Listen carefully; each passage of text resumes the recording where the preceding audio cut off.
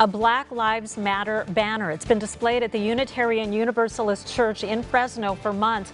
The church was slated to be a polling place last year, but the Fresno County Clerk's Office decided not to have one there because of its responsibility to provide neutral locations. So now the ACLU is suing, saying the church's freedom of speech was violated. It's seeking a court order to make the church a polling place again. Let's welcome back our panel, Jim Verros, Steve Brandau, and Sandra Celedon.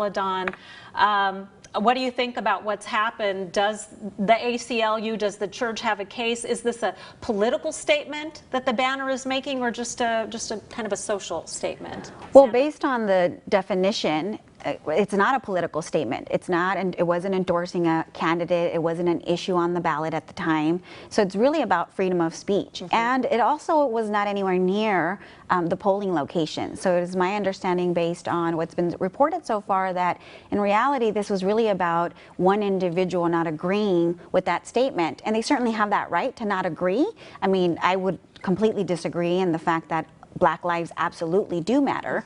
And so I do think that the elections office in this case made really a really quick judgment in removing this church from being a polling location. And I think in the long term they did a lot more damage than they were trying to prevent. Steve and Jim, do you want to weigh in on this? How would this influence potentially someone who goes to vote? Stephanie, it's a banner that I see all the time. It's about a mile from my... It has been there for months. Right off of Alluvial, very prominent.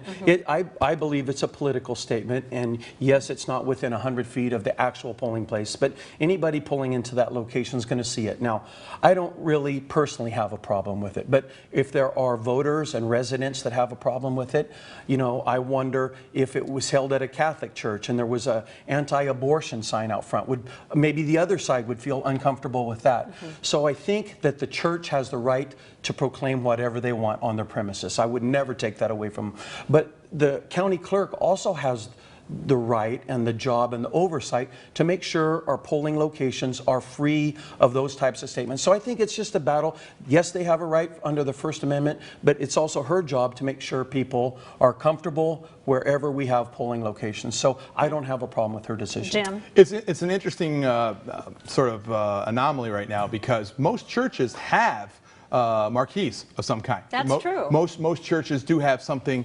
pleasant to say or whatnot, and it's always come back to the separation of church and state. And I've always wondered why polling places are at churches, because I'm surprised that this sort of thing hasn't happened sooner. So I'm wondering that, will this now go back to, okay, well, we don't want to fight with the ACLU, so what we're going to do is we're just not going to have any polling stations at any sort of religious organization at all, and we're just going to do it at schools, which are funded by taxpayers. Right. That's what I'm afraid of. I'm afraid that could potentially because that's what usually happens. Well, you know what? You're right. So let's just go ahead and take it all off. Or you have to have nothing on your marquee. You can have nothing, no statement whatsoever. And now you're governing something that is supposed to be completely tax exempt, and now you're having the government telling a church what they can and can't do, which is what you're not supposed to be doing. So we'll see how this goes forward, but I got a feeling that they may just pull the plug on everything and say, sorry, we're just going to do it at elementary schools. That's a good point. All right, let's shift to the state of the city. We have about a minute and a half left. Your thoughts on what the mayor had to say? He's got about a year and a half left. He's just now addressing cleanliness. This is something that's been going on for years and years. Why did he wait till the end, essentially the end of his term? Well, I think this is really indicative of who Lee Brand is as a mayor, right? And I think he shows up late to the party time and time again. I mean, I heard him about a year ago mention the fact that, you know, he had been on city council at that time 8 years and then 2 years as mayor, and he had just had an epiphany about the fact that we don't have enough money to meet all of our needs in our city. So I think, again, it's very indicative of the type of mayor that he has been.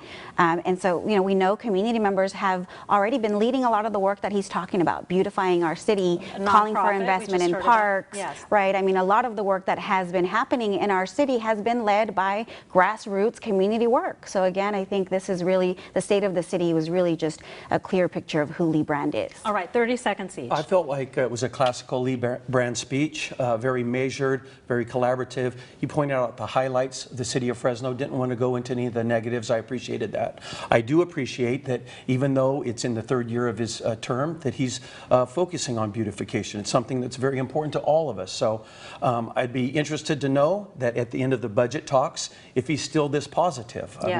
It seems to be behind the scenes. Things clean. Right, right. So Jim? He's going to stay the course. I think this is who mayor is going to be for the next, last little bit of his term. And I think he's going to focus on filling potholes and cleaning up the city. And I think he's going to stay out of a lot of the political stuff because we have an abundance of candidates now running for mayor. We do. Which is going to be a lot of fun over the next year. You're right. It is going to be. Thank you so much for being here today. We appreciate it. And stay with us.